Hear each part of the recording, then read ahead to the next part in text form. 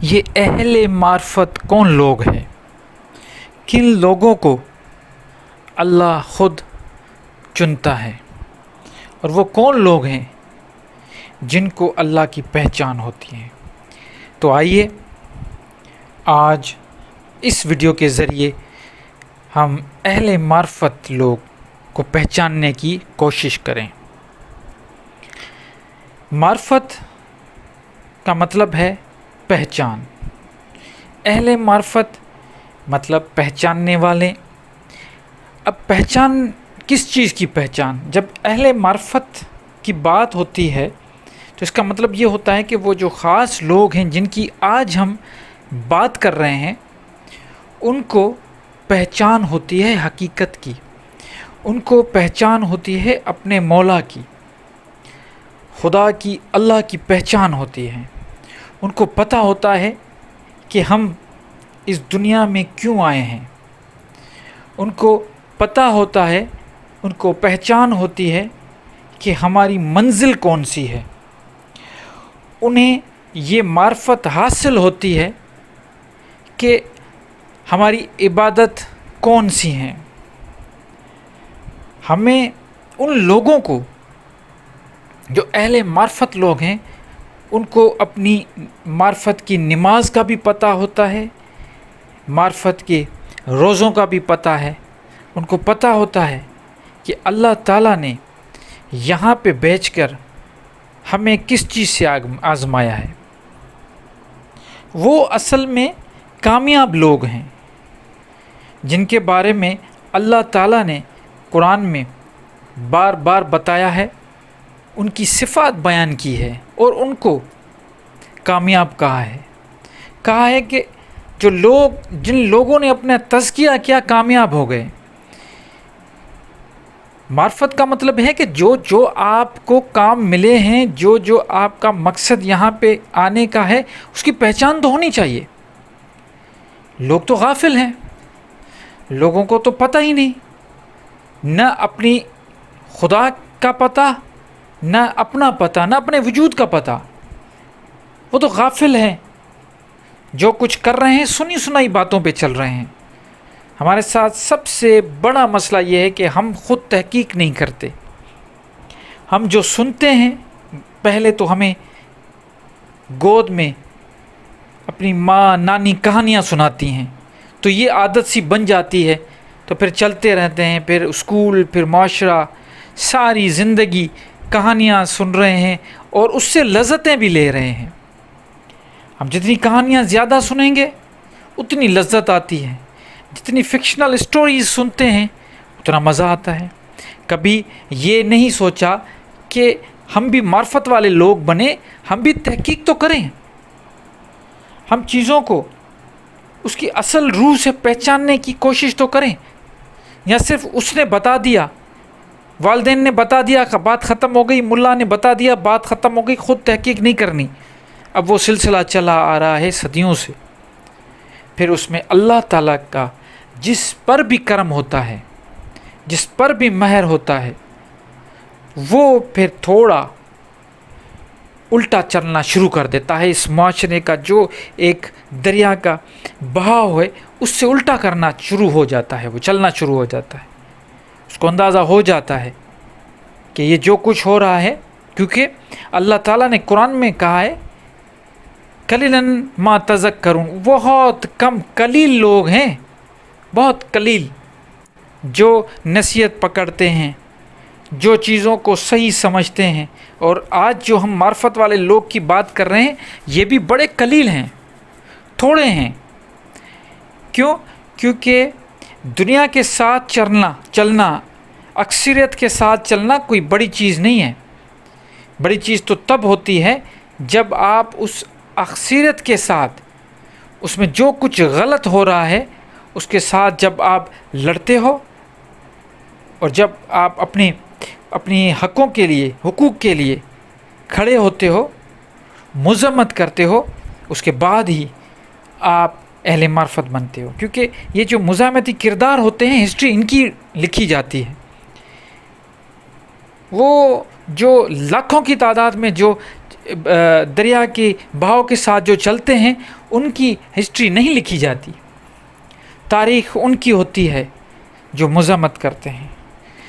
آئیے ہم بات کرتے ہیں ان سارے کرداروں کی۔ ذرا سوچئے، کسی بھی مذہب کے کوئی بھی کردار ہو، آج ہم کسی ایک مذہب کی بات نہیں کریں گے، میں ہسٹری میں چلا جاؤں گا، چاہے وہ ہسٹری کے کردار ہوں، مذہبی کردار ہوں، کوئی بھی کردار ہو، جو بھی آپ کو فنگر ٹپس پہ یاد ہیں، چاہے وہ ہندوازم میں ہو، مسلم میں ہو، عیسائی میں ہو، چاہے وہ یورپین ہسٹری ہو، امریکن ہسٹری ہو، عرب کی ہسٹری ہو، پارسی ہسٹری ہو، کوئی بھی آپ بر صغیر کی ہسٹری ہو، آپ دیکھ لیں، ہسٹری ان کی بنتی ہے جنہوں نے مزاحمت کی ہے، جو لڑے ہیں، جو ظلم کے خلاف لڑے ہیں۔ وہ کیوں لڑتے ہیں؟ پوری ہسٹری بڑی پڑی ہے، کوئی کس طریقے سے لڑ رہا ہے۔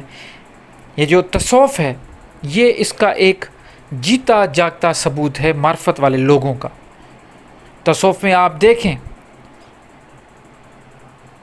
جہاں سے آپ شروع سے سارے ایک ایک کرداروں کو دیکھیں، انہوں نے فقیری کی زندگی گزاری اور اس وقت کے جو حکمران تھے ان سے انہوں نے ٹکر لیا۔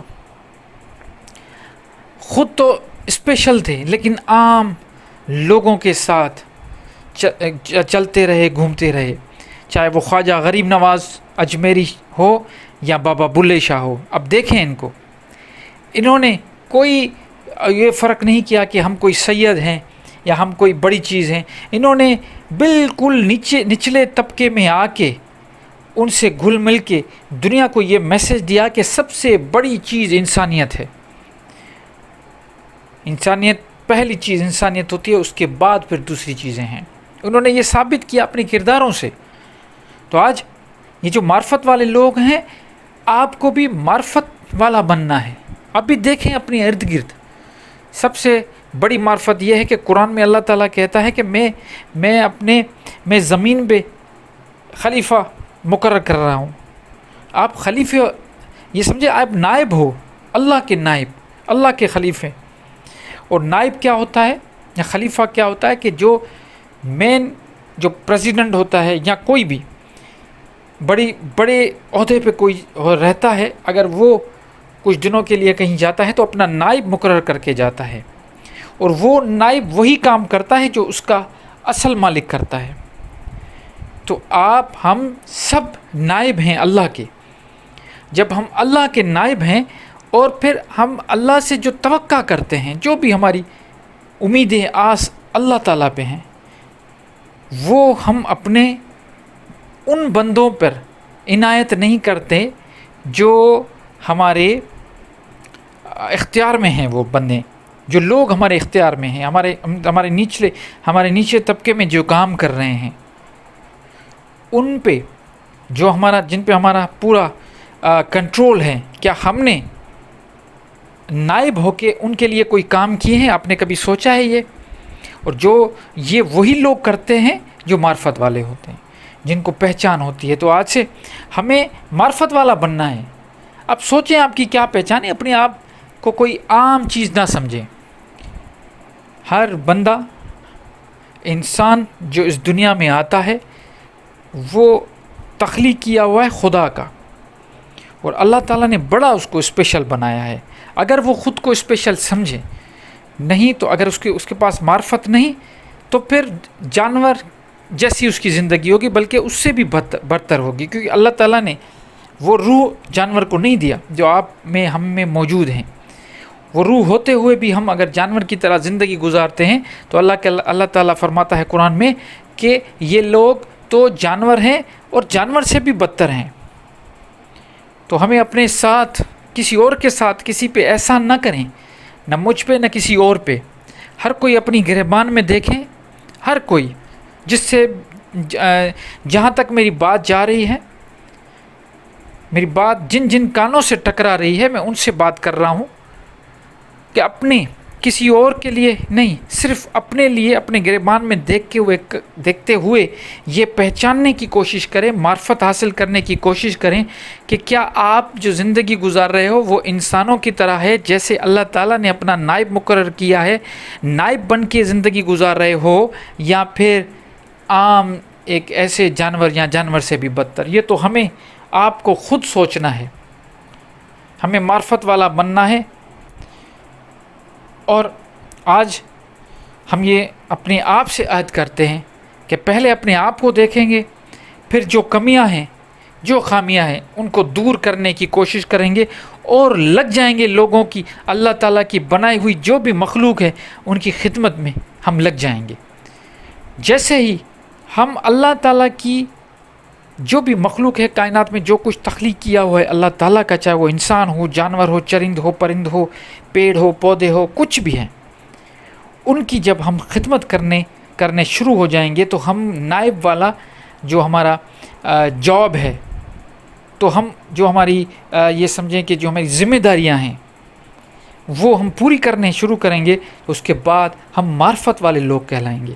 اور معرفت والے لوگ ہمیشہ کامیاب ہوتے ہیں. اور یہ میں آپ کو بتا دوں، ان کی کامیابی نہ صرف اس دنیا میں ہے بلکہ آخرت میں بھی وہ ہمیشہ کامیاب رہیں گے. آج اگر ہم ان لوگوں کی بات کرتے ہیں، اللہ کے ولیوں کی بات کرتے ہیں، تو وہ آپ سوچیں، وہ آج سے 500 سال 700 سال 1000 سال پہلے کے جو ولی ہیں، جب ہم ان کی بات کرتے ہیں تو سوچئے کہ ان کے پاس کیا تھا، کون سی کمیونیکیشن تھی، کیا کمپیوٹر تھے، موبائل تھے، ان کے پاس لیپ ٹاپ پڑے تھے، یہاں تک کہ ان کے پاس لائٹ تک نہیں تھی. لیکن انہوں نے ایسا کام کیا کہ آج تک، اور میں سمجھتا ہوں کہ جب تک تصوف رہے گا، جب تک لوگ ان چیزوں میں انوالو رہیں گے، اور یہ قیامت تک ہوگا، تب قیامت تک یہ لوگ زندہ رہیں گے، کیونکہ یہ معرفت والے لوگ ہیں.